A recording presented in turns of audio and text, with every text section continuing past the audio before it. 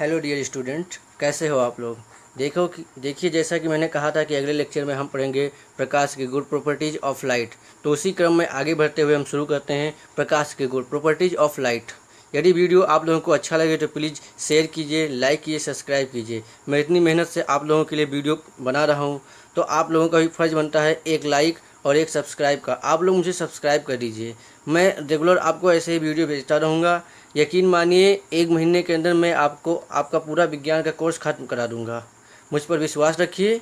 अभी मैं स्टार्ट किया हूँ इसलिए थोड़ा स्लो चल रहा हूँ। जैसे जैसे आप लोगों का पेपर नज़दीक आएगा मैं बहुत ही तेज़ी से पढ़ाऊँगा। और इसके बाद मैं क्रैश कोर्स, रिवीजन प्रॉब्लम और हर चैप्टर से कुछ क्वेश्चन भी मैं कराऊंगा। चैप्टर ख़त्म होने के बाद एनसीईआरटी के जितने भी सवाल हैं ये सब मैं आप लोगों के साथ शेयर करूँगा।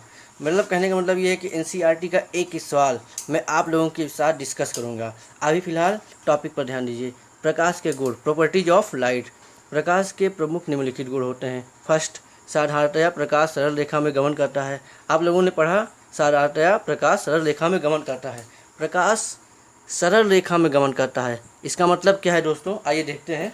देखिए, प्रकाश जो होता है वो एक सीधी रेखा में गमन करता है। जैसे कि ये देखिए, ये प्रकाश के गमन करने की दिशा है। प्रकाश कभी इस तरह से नहीं चल सकता, ऐसे गया फिर ऐसे जाएगा फिर ऐसे जाएगा। ये प्रकाश की कभी दिशा नहीं होती। प्रकाश कभी भी गति करेगा तो एक सीधी रेखा में गति करेगा, इसीलिए इसको सरल रेखा कहा गया। जैसे प्रकाश इस दिशा में आ रहा है तो ऐसे ही आएगा। मेरी लाइनिंग थोड़ी टेढ़ी हो गई है, पर प्रकाश जो सीधी रेखा में ही गमन करता है, यही इसके कहने का मतलब है। मतलब आप लोग एक गुण समझ गए प्रकाश का गुण क्या होता है। तो प्रकाश के गुण में हमने पढ़ा कि प्रकाश साधारणतः सरल रेखा में गति करता है। अब दूसरा देखिए, प्रकाश जो है विद्युत चुंबकीय तरंगों के रूप में गमन करता है। मतलब प्रकाश सीधी रेखा में तो गमन कर रहा है, और उसका एक और गुण है कि वो सीधी रेखा में इस तरह से गमन करता है।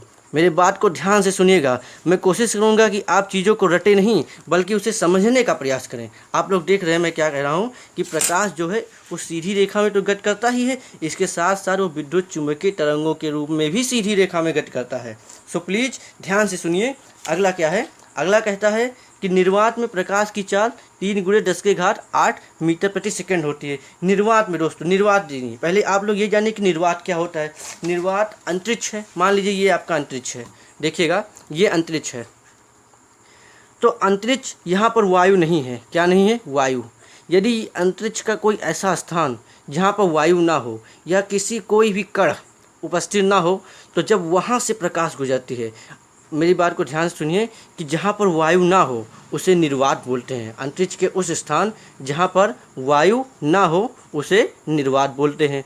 और इसी निर्वात से जब प्रकाश की किरणें गुजरती हैं तो उनका जो वेग होता है वो 3 × 10⁸ मीटर प्रति सेकंड। ये दोस्तों आपके बोर्ड में भी पूछा जा सकता है, बहुत ही इंपॉर्टेंट क्वेश्चन है। याद रखिएगा कि निर्वात में जो प्रकाश की चाल होती है वो 3 × 10⁸ मीटर प्रति सेकंड होती है।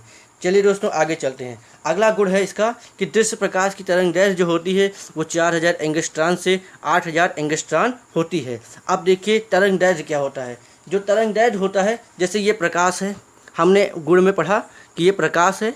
प्रकाश क्या होता है? तरंगों की बीच, तरंगों की दिशा में, सॉरी गलती हो गई, तरंगों की तरह ही गमन करता है प्रकाश। एक तो सीधी रेखा में गमन करता है, दूसरा तरंगों की तरह गमन करता है। तो इन तरंगों के चोटी, ये देख, ऐसे आप चोटी समझिए, ये जो चोटी है इन दोनों की बीच की जो दूरी होती है उसी को तरंग दैर्घ्य कहते हैं। ध्यान से फिर से सुनिए कि मान लीजिए ये कोई विद्युत तरंगे हैं, विद्युत तरंगों को आप ले लीजिए, ये विद्युत तरंगे हैं, इन दोनों की बीच की जो दूरी होती है ये, इसे हम बोलते हैं तरंग दैर्घ्य, और इसे हम प्रदर्शित करते हैं लैम्डा से। तो उसका जो वो मान होता है वो 4000 एंगस्ट्रॉन से 8000 एंगस्ट्रॉन के बीच में होता है। तो दोस्तों आप लोग प्रकाश के गुण को अच्छी तरह से समझ चुके हैं। आप जल्दी से इसका स्क्रीनशॉट लीजिए। हम आगे बढ़ते हैं, अगले टॉपिक पर चलते हैं। अगला टॉपिक है प्रकाशिक माध्यम, ऑप्टिकल मीडियम।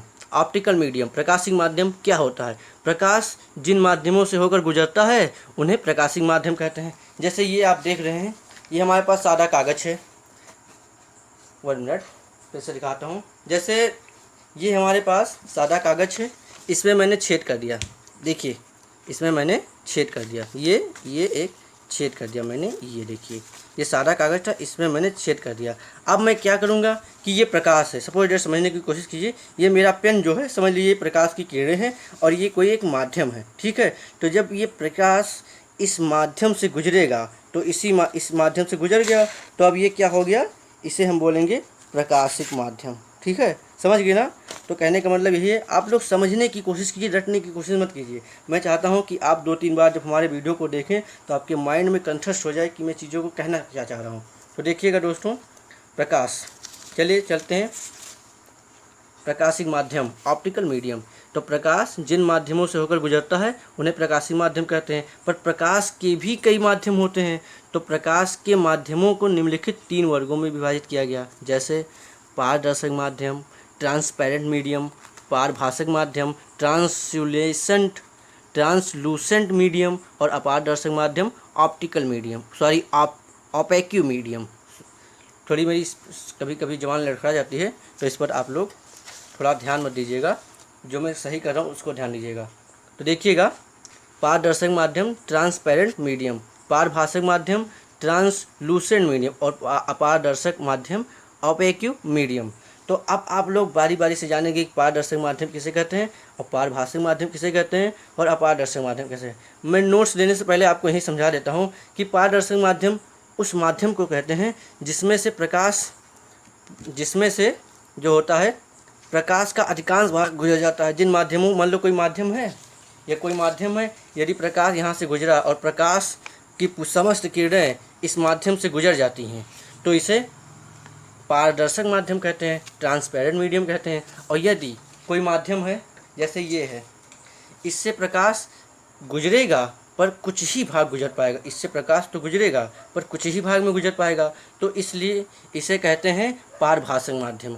और आपने तीसरा देखा अपारदर्शक माध्यम, जैसे ये लोहा है, लोहा से प्रकाश बिल्कुल नहीं गुजरेगा, तो वह माध्यम जिनमें से प्रकाश की किरणें बिल्कुल ही न गुजर पाएँ उन्हें कहते हैं अपारदर्शक माध्यम। तो चलिए आपको मैं अब दिखाता हूँ,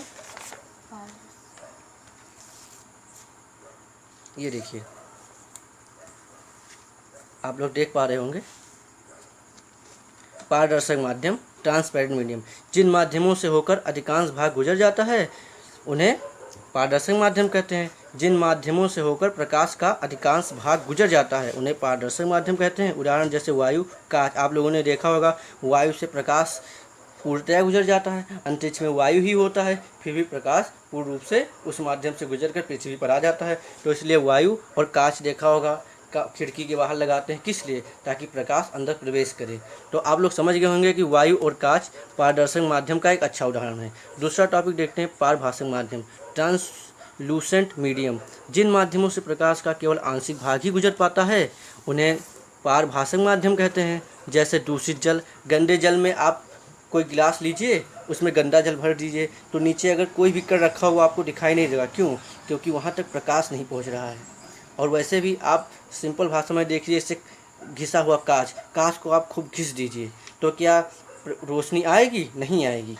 जैसे तेलीय कागज़ को आप ले लीजिए, उसमें से प्रकाश गुजराइए तो भी प्रकाश गुजरेगा पर कुछ भाग में गुजरेगा। और जैसे दूषित जल है, उसमें से आप पूर्णतः प्रकाश को नहीं देख पाएंगे। जैसे घिसा हुआ कांच, इसमें से पूर्ण रूप से प्रकाश नहीं गुजर पाएगा। तो इसलिए ये पारभाषक है, ट्रांसलूसेंट मीडियम है। अब हमारा जो तीसरा टॉपिक है वो है अपारदर्शक माध्यम, ओपेक्यू मीडियम। जिन माध्यमों से प्रकाश का कोई भी भाग नहीं गुजर पाता, मतलब बिल्कुल नगण्य के बराबर मानिए कि प्रकाश यदि उस माध्यम में पहुंच गया तो वहां से नगण्य के बराबर ही समझ लीजिए कि वहां से बिल्कुल गुजर नहीं पाएगी उसकी किरणें, प्रकाश की किरणें एकदम से नहीं गुजर पाएंगी।